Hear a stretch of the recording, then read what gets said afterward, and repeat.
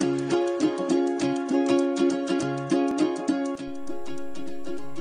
there everyone, and welcome to week 7 of our Beatitudes curriculum for our faith formation videos. We've been talking about each of the Beatitudes, going verse by verse by verse of all the things that Jesus is teaching people up on this mountain. Remember, we're up on a mountain. That's why I have this cool little background. I don't know what your mountain looks like, but mine has kind of a Christmas tree, and I really like moose, so I have a moose with me up on my mountain. Maybe you can pile up some blankets in your room and sit on top of them like you're up on a mountain, or some pillows, something like that. Whatever your mountain looks like, I want you to go there in your imagination. What does the mountain feel like? What does the ground feel like? Is it wet and moist, or is it really dry dirt? Are there lots of trees, or is it pretty bare? Are there different types of animals all around you? Well, in this story that we're reading about the Beatitudes, Jesus is up on a mountain and there's a huge crowd of people that are following him. Remember that part? You are a part of the crowd and you're listening to everything Jesus is telling you. And maybe you're wondering, maybe you're questioning, maybe you don't quite understand everything Jesus says.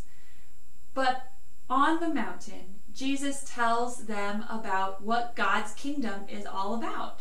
And remember, in God's kingdoms, there's more than enough for everyone. That's one of the most important takeaways of what Jesus talks about, is that everyone's included, and everyone's important, and everyone has enough.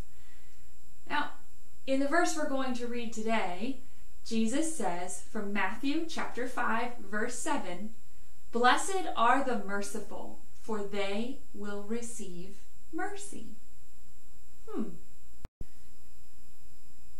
Can you think of a time where you received kindness even when you did something hurtful? That's what mercy is. When somebody is kind to us, even though we do something that hurts them, even if we didn't mean to do it, sometimes that happens, right? Maybe you said something unkind to your sibling, or to a friend, or even to a parent.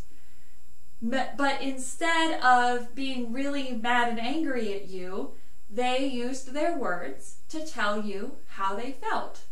And they forgave you and still wanted to play with you. How did that make you feel? How would that make you feel? If even though you were mean or did something hurtful, the other person was still kind and loving and forgiving.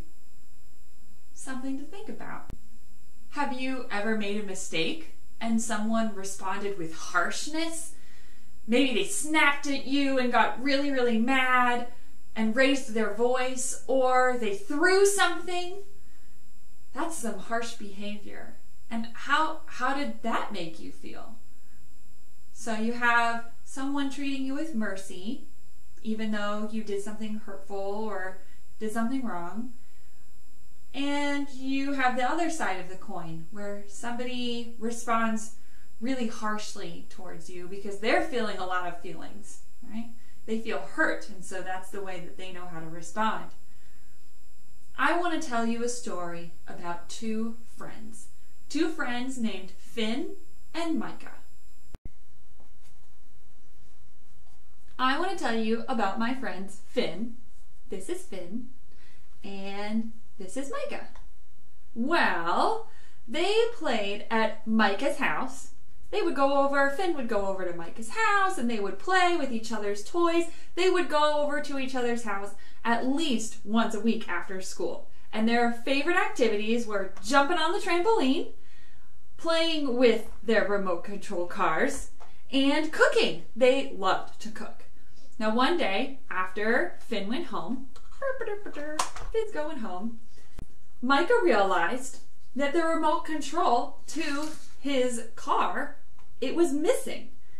And the next day, when Finn came back, he saw it underneath Finn's backpack. Micah saw the remote controller. He saw the antenna sticking out from his backpack. And when Micah asked him about it, Finn said, "Well, this is mine. My mom gave it to me this morning." And Micah answered, "Finn, It has my initials on the back. Now Finn looked very afraid and sad and angry all at once. Oh my goodness. Micah could tell that Finn didn't know what to do or say. So Micah thought about his options. How could I respond to this? What could I say? He could tell a grown-up. That's always a good choice. What's up, Micah? What's going on? Well, Finn stole a toy from me. What should we do next? He could yell at Finn, "Rah!" and yank the toy back harshly. Finn, it's really not cool that you took that from me. Rah! Or he could try to settle the problem with mercy first. He decided on mercy and said to himself, if this doesn't work, I'm getting a grown-up. Finn answered quietly, okay, and then he handed the toy back to Micah. Now, like Finn and Micah, we have all the opportunities every day to choose whether we want to be merciful or harsh, whether we want to offer kindness and forgiveness, or we react in harsher ways that sometimes aren't very helpful to the situation. When we offer mercy, we feel what the other person feels. Notice how when Micah chose to offer Finn mercy, he was trying to understand how Finn might be feeling. And when we do that, when we try to understand what each other is feeling, we can take action on their behalf if it's needed, and we continue to work for the other person's well-being. When we respond harshly, we hurt one another and ourselves instead. So the people listening to Jesus, they would have heard mercy as a reminder of who God is, that God is merciful.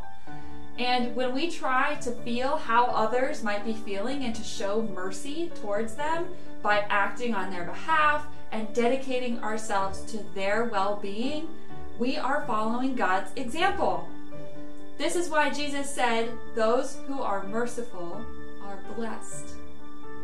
Of course, that does not mean that we permit others to treat us poorly or cross our boundaries.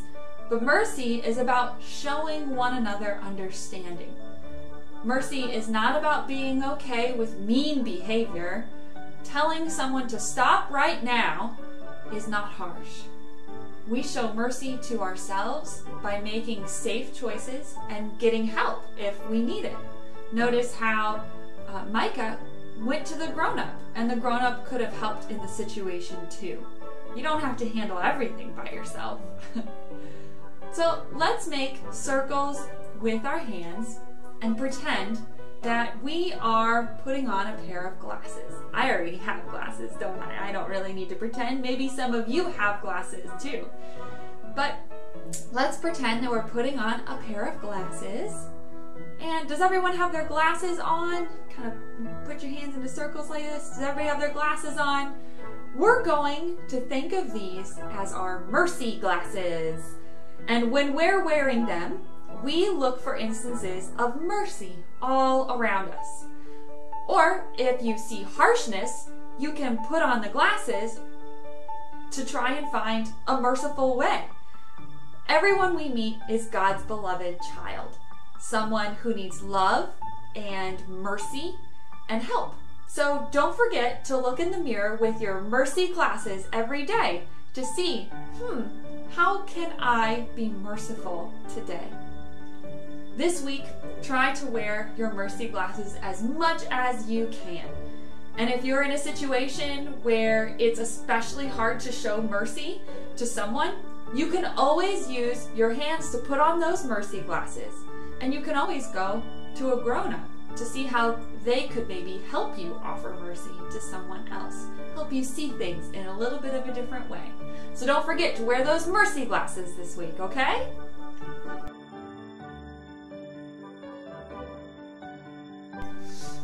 Before we move on to our next activity, I want to offer you a blessing. So just like every week, put those hands out, and when you receive the blessing, pull it into your heart, okay?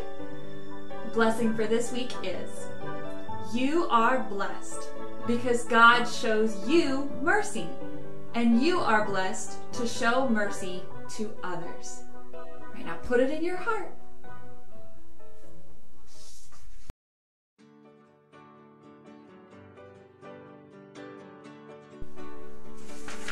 Now, if you haven't already, go ahead and get out that coloring sheet. This is a pretty neat coloring sheet for this week. Lots of space for extra coloring. But some of the questions on your activity sheet for this week are, when have you received mercy? When has someone shown you mercy? And how did that make your heart feel? And when have you shown mercy to someone else? How did your heart feel when you got to do that for somebody else? Why is mercy important to Jesus? What do you think that could be about? And finally, how does mercy keep us close to Jesus and close to each other? Those are some questions to think about as you're coloring for this week. You can pause the video and color for a little bit, or we can move on to our next activity. In your packet for this week, there was an extra activity sheet with some interesting pictures on it. See how it says activity page up there at the top, right? So I want you to pull out that sheet, pause the video if you need to go find it, and as we're looking at some of these pictures, I want you to think about, what would a merciful response be? How could you do something merciful in these situations? Or, what are some harsh things that people do in these types of situations? The first picture, it looks like it is of a family, and they're on, what do you think that is? That could be a train or an airplane. I think there are a few different options there. But what does it look like is happening? Can you see in the picture? The toddler looks like it's crying, sitting on its parent's lap. Looks like it's crying. Now you can choose to color these pictures too if you want, but as you're coloring, think about, what would a merciful response be? How could you show mercy to the parent and the toddler that is crying when you're on a plane or on a train? And what's the next picture? The next picture looks like it is somebody who's trying to open the door. And look, what's in their hands? Does it look like it's very easy to open that door? I'm not so sure. Well, what is something merciful you could do to help that person trying to open the door? Can you draw a picture of what you would do in this situation? You could draw yourself in the picture. Would you go to open the door? Would you hold some of the person's bags? There are lots of things you can do to help this person out. Finally, on the back, there's two more situations, two more pictures that we can add merciful actions to. This one looks like somebody has broken a favorite toy. That could be it. You can make up your own story if you want to. But I'm going to say that this is maybe a younger sibling who's broken a favorite toy of the older sibling. I know I've broken many of my siblings' toys. I have two sisters and a brother. I'm sure they will tell you I've broken their toys before. And, looks like the older sibling is a bit upset. But then the younger sibling, how do they look? Maybe a little sad, disappointed, upset too. So what's something merciful we can do in that situation? And finally, the last one. What does it look like is happening there? People are running, maybe they're running a race, maybe they're playing a game, I'm not sure. But what's going on here? This person looks really, really tired. Maybe falling behind a little bit. What do you think you could do to show mercy to that person? To show mercy to the whole group? Draw your pictures. You can draw yourself in the pictures. adding what you would do, or maybe somebody else in the picture is doing something merciful for the other person. However you want to imagine these stories, think about what are the ways we can offer mercy to each other.